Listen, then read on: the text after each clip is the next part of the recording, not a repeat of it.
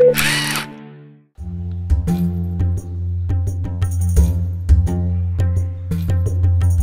Bintaro, Tangerang Selatan, terdapat salah satu pondok pesantren yang khusus membina para mualaf. Dibangun pada tahun 2008, pesantren ini berlokasi di Sawah Baru, Bintaro, Tangerang Selatan. An-Naba Center didirikan oleh seorang mualaf yang kini menjadi pendakwah, yaitu Ustadz Syamsul Arifin Nababan. Berkaca dari pengalaman Ustadz Nababan yang kerap menjumpai para mualaf terlantar di masjid dan di jalanan, mereka tidak mendapatkan pembinaan tentang Islam, baik dari keinginannya sendiri maupun dari ulama. Banyak saya berjumpa dengan para mualaf di masjid-masjid, di jalan-jalan, dan di mana-mana saja jumpa. Nah, saya merasa terjadi perbedaan dengan saya pribadi. Saya ini beruntung, alhamdulillah setelah masuk agama Islam, saya belajar Islam. Nah, orang-orang mu'alaf yang saya temui itu semuanya mereka masuk Islam hanya mengucapkan 2 kalimat syahadat saja. Lalu menerima sertifikat masuk Islam. Setelah itu mereka tidak mendapatkan sentuhan pembinaan, baik dari dirinya sendiri, tidak begitu punya kemauan yang tinggi, dari juga kaum muslimin, ulama-ulama tidak memperhatikan kehidupan mereka dari sisi pembinaan ini. Maka saya coba merangkul para mu'alaf ini dengan memberikan pembinaan kepada mereka dengan sharing ilmu, gitu kan. Alhamdulillah dari hari ke hari makin banyak yang mengikuti kegiatan saya ini. Tahun 2007 saya membeli tanah ini yang di Bintaro ini 1.200 meter. Lalu tahun 2008 saya bangun. Alhamdulillah jadilah ini, lembaga ini sudah jadi Pesantren Mu'alaf Putra. Ketika itu cita-cita saya adalah mendirikan lembaga ini. Saya tampung semua para mu'alaf, saya bina, tidak dipungut biaya sama sekali. Yang putus sekolah saya sekolahkan sampai mereka sarjana.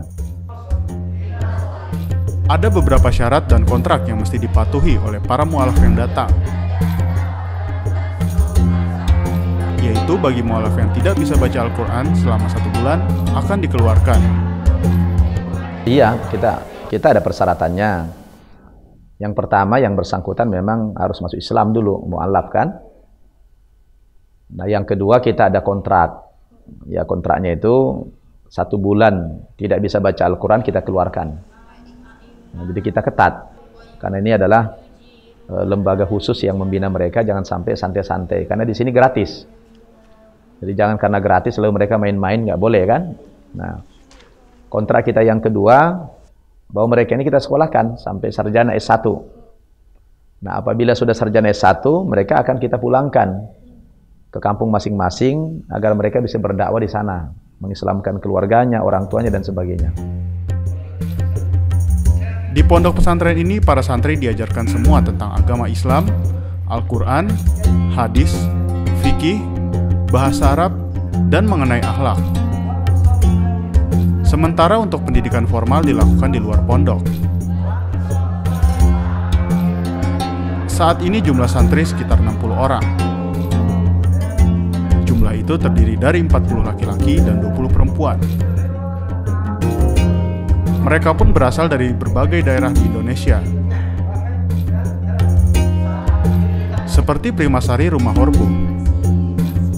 Sudah 2 tahun ia belajar agama di pondok pesantren An-Naba Center. Gadis asal Dumai Riau ini menjadi mualaf saat masih duduk di kelas 2 SMA pada tahun 2007. Bertahun-tahun ia membaca buku Islam untuk menambah pengetahuannya. Pada saat bekerja, ia mendapat informasi dari internet bahwa ada pondok pesantren yang khusus menampung para mualaf, yakni An-Naba Center. Waktu aku kerja, sebelah itu ada aku kan orangnya akrab sama siapapun. Terus dia tahu aku mualaf, dia tahu posisi aku, keadaan aku agak dicuekin keluarga. Orang Islam lihat saudara mualaf kayak dulu sayang banget dia sama. Terus dia bilang, Prima, dapat hidayah tuh, jangan disia-siakan. Waktu itu aku nggak berjilbab, aku masih agak seksi juga, iya. Jadi orang Islam sendiri pun risih juga lihat aku. Dia bilang jangan tanggung-tanggung tuh hidayahnya, digituin juga. Iya Mi. Seperti itu. Ya udah, setelah itu dia bilang ada yang nyaranin masuk pesantren kayak gitu. Aku waktu nggak mau pesantren, kan waktu itu lagi naik berita tentang pesantren itu lagi jelek waktu itu. Tambah udah nggak suka, tambah jelek lagi kan ada berita itu kan. Terus tapi Tuhan malah menjodohkan aku yang nggak aku suka kayak gitu. Ya udah, dia bilang terima masuk pesantren aja. Terus aku pikir, oh iya ya, coba mana tahu ada pesantren mualaf. Aku cek lah besok paginya ke perpustakaan Kota Dumai. Aku cek browsing pesantren mualaf. Aku buka, nambah dapat. Aku catat tuh alamatnya. Setelah itu aku sholat istiqoroh dulu, minta petunjuk. Sambil nangis tuh, minta sama Allah, ya Allah kalau memang tempat aku nuntut ilmu, ya, mudahkanlah, jodohkanlah seperti itu. Ternyata iya, berapa bulan kemudian aku dimudahkan ke Jakarta. Selama 2 tahun di pondok, dia pun jauh merasakan kedamaian dan kasih sayang sesama mualaf. Ilmu agama dan keimanannya pun semakin bertambah.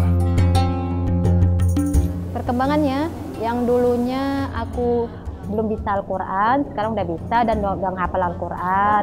Ilmu-ilmu yang diajarkan guru-guru, kita dikasih ruang bertanya juga. Aku kan termasuk kritis juga nih. Iya.